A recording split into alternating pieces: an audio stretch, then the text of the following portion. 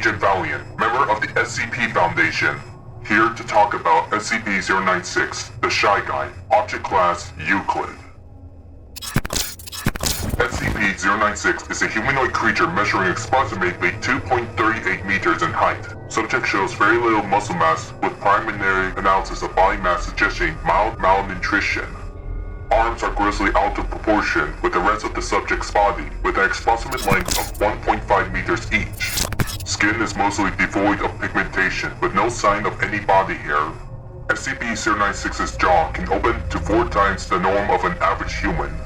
Other facial features remain similar to an average human, with the exception of the eyes, which are also devoid of pigmentation. It is not yet known whether SCP-096 is blind or not. It shows no sign of any high brain functions and not considered to be sapient. SCP-096 is normally extremely docile, with the pressure sensors inside the cell indicating it spends most of the day pacing by the eastern wall. However, when someone views SCP-096's face, whether it be directly, via video, recording, or even a photograph, it will enter a stage of considerable emotional distress. SCP-096 will cover its face with its hands and begin screaming, crying, and babbling incoherently. Approximately 1 to 2 minutes after the first viewing, SCP-096 will begin running to the person who viewed his face, who will from this point be on referred to as SCP-096-1. Documented speeds have varied from 35 km per hour to kilometers per hour and seems to depend on the distance from SCP-096-1. At this point, no known material or method can impede SCP-096's progress. The actual position of SCP-096-1 does not seem to affect SCP-096's response. It seems to have an innate sense of SCP-096-1's location. Note: this reaction does not occur when viewing artistic deception like drawing a sketch of SCP-096's face. Upon arriving at SCP-096-1's location, SCP-096 will proceed to kill SCP-096-1. 100% of cases have left no traces of SCP-096-1. SCP-096 will then sit down for several minutes before regaining its composure and becoming docile once again. It will then attempt to make its way back to its natural habitat.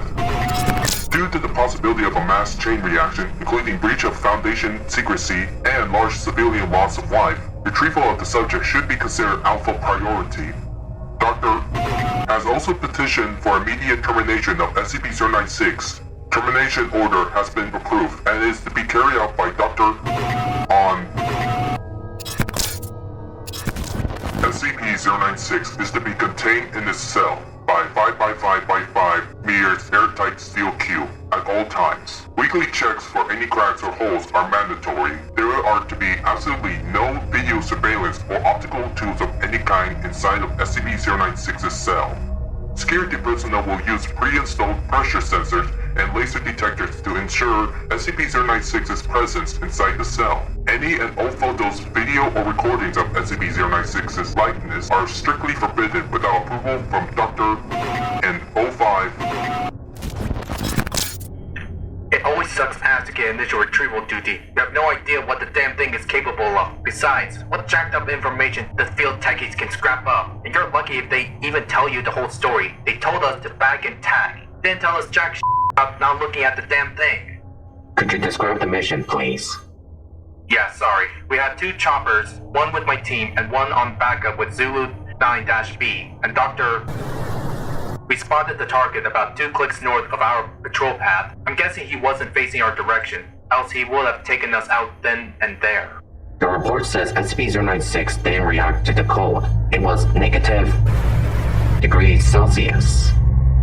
Actually, it was negative. And yes, it was butt naked and didn't so much as shiver. Anyway, we landed, approached the target, and Corporal got ready to bag it. That's when Dr. called. I turned to answer it, and that's what saved me. The target must have turned and my whole squad saw it. That's when SCP-096 entered an agitated emotional state. Yep. Sorry, got the willies for a second. That's alright. Yeah, well, I never saw his face. My squad did, and they paid for it up the ass. Could you describe it a little more, please? Yeah, it started screaming at us and crying. Not an animal roaring though, sounded like a person. Really creepy. We started firing when it picked up Corporal and ripped off his leg. God, he was screaming for our help.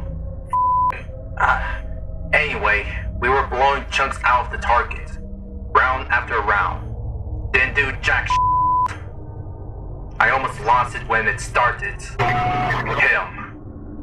That's when you ordered the use of an AT-4 HEDT launcher?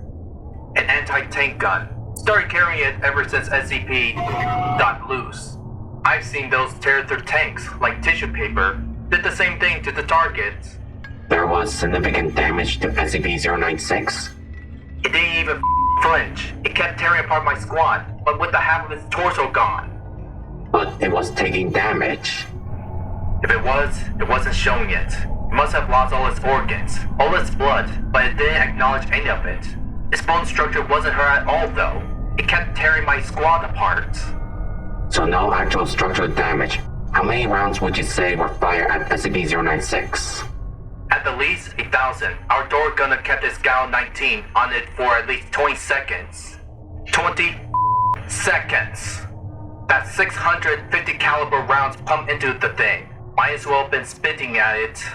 This is when Zulu 9-B arrived?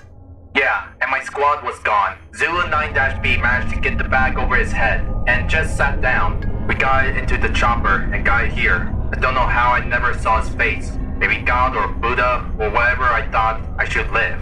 The jackass. We have obtained an artist's deception of SCP-096's face. Would you like to view it? You know, after hearing that thing screams and the screams of my men, I don't think I want to put a face to what I heard. No, just no. Alright, I believe we are done here. Thank you, Captain.